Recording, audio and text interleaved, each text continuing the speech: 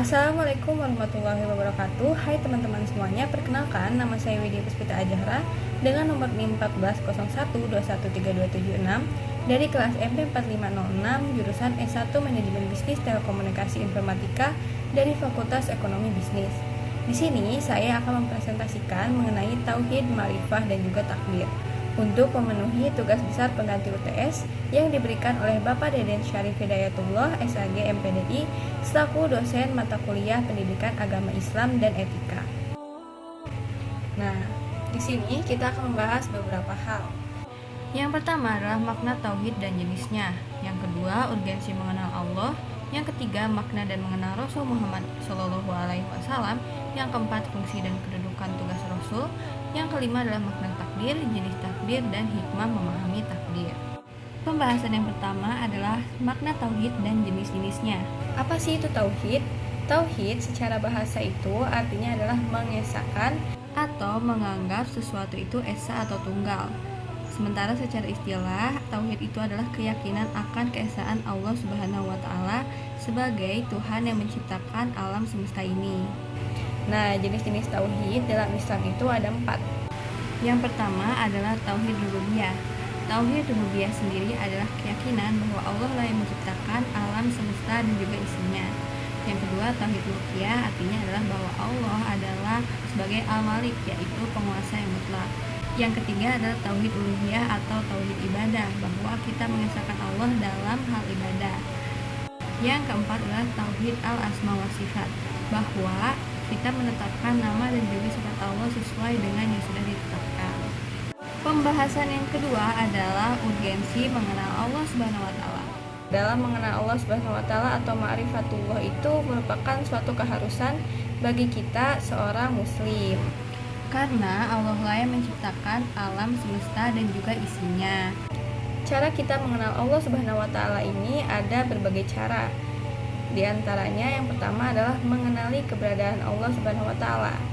Yang kedua, mengenal rububiyah Allah. Yang ketiga, mengenali uluhiyah Allah. Dan yang keempat adalah mengenali nama dan sifat-sifat Allah. Pembahasan yang ketiga adalah makna dan mengenal Rasul Muhammad SAW.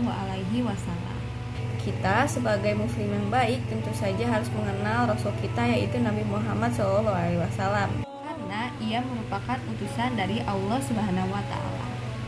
Nah, siapa sih Rasul itu? Jadi, menurut bahasa, Rasul itu adalah utusan. Sementara secara istilah, Rasul adalah manusia mulia yang dipilih oleh Allah untuk menyampaikan wahyu dari Allah.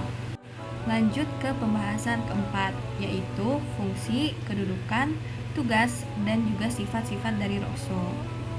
Rasul diutus oleh Allah Subhanahu wa Ta'ala untuk membawa risalah dari Allah Subhanahu wa Ta'ala dan juga sebagai teladan dalam menerapkan risalah tersebut.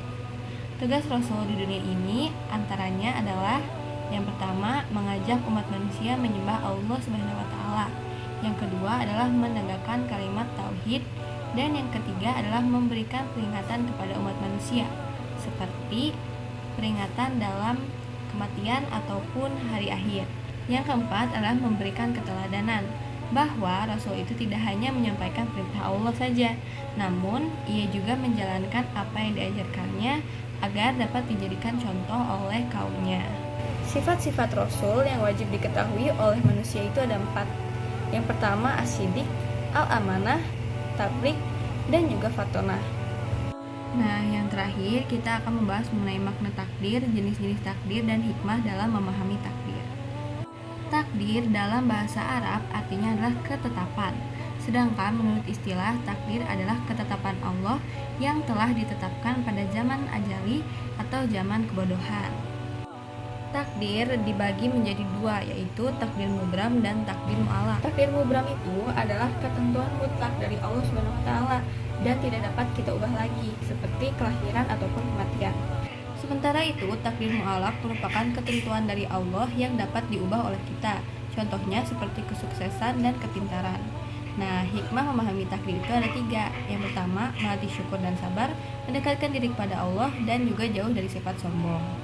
Nah, mungkin itu saja yang dapat saya sampaikan. Semoga video ini dapat bermanfaat bagi kalian semua. Sebelumnya, saya ucapkan terima kasih. Wabillahi taufiq wal hidayah. Wassalamualaikum warahmatullahi wabarakatuh.